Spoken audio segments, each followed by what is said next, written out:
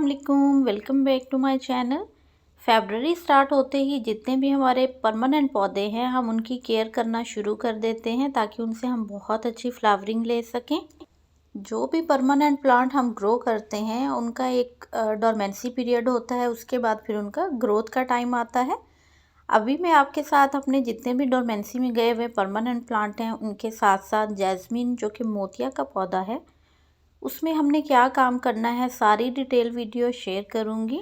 4 से 5 काम आपको ज़रूर करने हैं अपने परमानेंट पौधों में जो कि आगे आने वाले मौसम में हमें खूब सारी फ्लावरिंग देंगे। तो सबसे पहला पॉइंट जो कि आपको करना है वो है प्रूनिंग। प्रूनिंग आपने सभी पौधों की हल्की हल्की करनी है, पूरा नहीं काट देना उसको। प्रूनिंग इसलिए करनी है कि जितनी भी उसकी डेड ब्रांचेस हैं वो सारी हम निकाल दें, वहाँ नई ग्रोथ आएगी। जब उसकी नई शाखें निकलेंगी तो पौधा जो है वो बहुत अच्छी लुक में, बहुत अच्छी कनोपी में जो है वो बढ़ेगा। ऐसे जो ब्रांचेस हैं वो कोई किधर को निकला हुआ है तो कोई किधर को, इसलिए आपने उसको एक पैटर्न में रखने के लिए उसकी सारी जो ख़राब वाली शाखें हैं उनको एक तरीके से काट देना है, या जितनी आपको हाइट रखनी है आपके पौधे की उस हिसाब से आप उसको कट कर दें। एक अच्छे दरख्त जैसी लुक अगर आपको लेना है तो आपको फिर उसी तरह की प्रूनिंग करनी पड़ेगी। मैंने यहाँ हल्की हल्की प्रूनिंग कर दी है, जितनी भी इसकी उस तरह की सूखी हुई शाखें थी वो मैंने कट कर दी हैं। इसी तरह यहाँ देखें मेरा जो कनेर का प्लांट है ये मैंने ओलियंडर सीड से ग्रो किया था, तो इसकी भी ब्रांचेस मैं कट कर रही हूँ। काफ़ी लैगी हो गई हैं, बहुत लंबी लंबी ब्रांचेस जब हवा तेज़ चलती है तो बहुत ही ज़्यादा झुक जाती हैं और टूट जाती हैं। तो इसलिए आपने पौधे की हाइट इतनी रखनी है, क्योंकि हम गमले में ग्रो कर रहे हैं तो पौधे की हाइट आपने एक लेवल तक रखनी है, उससे ज़्यादा नहीं रखनी, क्योंकि वो देखने में खूबसूरत नहीं लगेगा। तो यहाँ मैं इसको इस तरह से कट कर रही हूँ कि जब ये सारी ब्रांचेस में नई इसकी शाखें आएंगी तो इसकी बहुत ही खूबसूरत सी एक मुनासिब हाइट में जो ग्रोथ है वो आ जाएगी, तो वो देखने में खूबसूरत भी लगेगा। आपने भी इसी तरह अपनी प्लांट की हाइट के हिसाब से, उनकी ब्रांचेस के हिसाब से उनकी प्रूनिंग करनी है। टोटली नहीं काटना है आपने अपने पौधे को, उसमें आपने इतना कट करना है कि उसकी जो ब्रांचेस हैं वो जब दोबारा ग्रो करें तो वहाँ से आपका पौधा जो है वो मरे नहीं और अच्छी ग्रोथ करे। दूसरा सबसे ज़रूरी काम जो आपने करना है वो उसकी सारी मिट्टी जो ऊपर वाली है 2 से 3 इंच की वो आपने निकाल लेनी है। तो यहाँ देखें, ये यहाँ से एक जिस तरह से फाल्स शूट निकल आती हैं गुलाब के पौधे की, इसी तरह इसकी भी निकली हुई हैं यहाँ पे।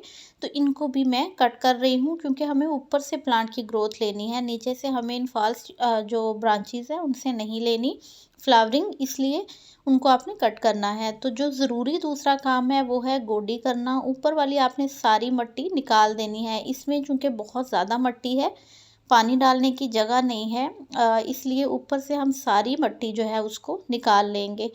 तो कम से कम भी आपने रूट को डिस्टर्ब किए बगैर 2 से 3 इंच जो मिट्टी है वो अच्छे से निकाल लेनी है। जो भी सूखे पत्ते हैं वो भी निकाल लेने हैं।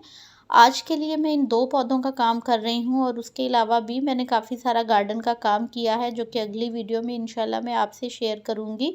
वेदर के चेंज होते ही अपने अपने पौधों को बहुत अच्छे से मिट्टी देनी है, खाद देनी है, और जो भी ज़रूरी चीज़ें हैं वो अगर हम कर लेते हैं तो बहुत अच्छे से हमारे पौधे जो हैं वो गमलों में ग्रो होना शुरू हो जाते हैं। ये पौधा मैंने सीड से उगाया था और इसी गमले में लगा हुआ है। जब इसको मैंने शिफ्ट किया था तब से तकरीबन ये मेरे पास जो है वो 1.5 ईयर से मेरे पास ये पौधा है। और इसकी देखें कितनी सारी रूट्स जो हैं वो इस तरह की जो कि बिल्कुल डेड हैं, उनको भी आपने निकाल देना है। इनका कोई काम नहीं है यहाँ पे, तो इनको भी हम निकाल देंगे। देखिए मैंने कितनी सारी मिट्टी निकाल दी है, कम से कम भी 3 से 4 इंच गमला खाली हो गया है, इतना ही हम यहाँ से खाली करेंगे। सेम प्रोसेस करना है आपने किसी भी परमानेंट प्लांट के साथ जो कि आपका परमानेंट है, फूलों वाला है, या फिर पत्तों वाला फोलिएज वाला जो पौधा है उसके साथ भी आप ये वाला ही प्रोसेस कर सकते हो। ये सारी मिट्टी निकाल के इसमें जो मैं मिट्टी ऐड करूँगी वो थोड़ी खाद वाली ऐड करूँगी, साथ हम इसमें फर्टिलाइज़र ऐड करेंगे और थोड़ा सा फंगीसाइड भी। फंगीसाइड इसलिए हम ऐड करेंगे ताकि हमारे पौधे में फंगस नहीं लगे। हमने इसकी रूट्स को वैसे तो डिस्टर्ब नहीं किया, लेकिन हमने थोड़ा सा रूट बॉल को फ्री किया है, इसलिए यहाँ जो मैंने खाद ली है, चूँकि ये फूलों वाले पौधे हैं, सब्जियाँ नहीं हैं, इसलिए मैंने यहाँ केमिकल वाली खाद ली है, जो कि है इसमें यूरिया लिया है कुछ दाने मैंने डीएपी के लिए हैं, साथ मैंने इसमें नीम केक डाला है, यानी कि जिसे नीम की खली कहते हैं, वो लिया है। आप इसमें हल्दी डाल सकते हैं, राख डाल सकते हैं, फंजीसाइड डाल सकते हैं, जो भी चीज़ आपके पास अवेलेबल हो आप वो डाल सकते हैं। केमिकल इसलिए डाला है कि ये बहुत अच्छे से काम करेगा, हमारे पौधे की ग्रोथ को, रूट को अच्छा करेगा, और जो नीम की खली है वो फर्टिलाइज़र तो है ही, साथ के साथ वो पौधों को फंगस से बचाएगी और उनकी जड़ों को जो है वो स्ट्रॉन्ग करेगी। डीएपी जो है वो इनको मज़ीद फ्लावरिंग करने पे जो है वो फ़ोर्स करेगी, इनको अच्छे से न्यूट्रिएंट्स देगी जो कि इनको चाहिए हैं फूल देने के लिए।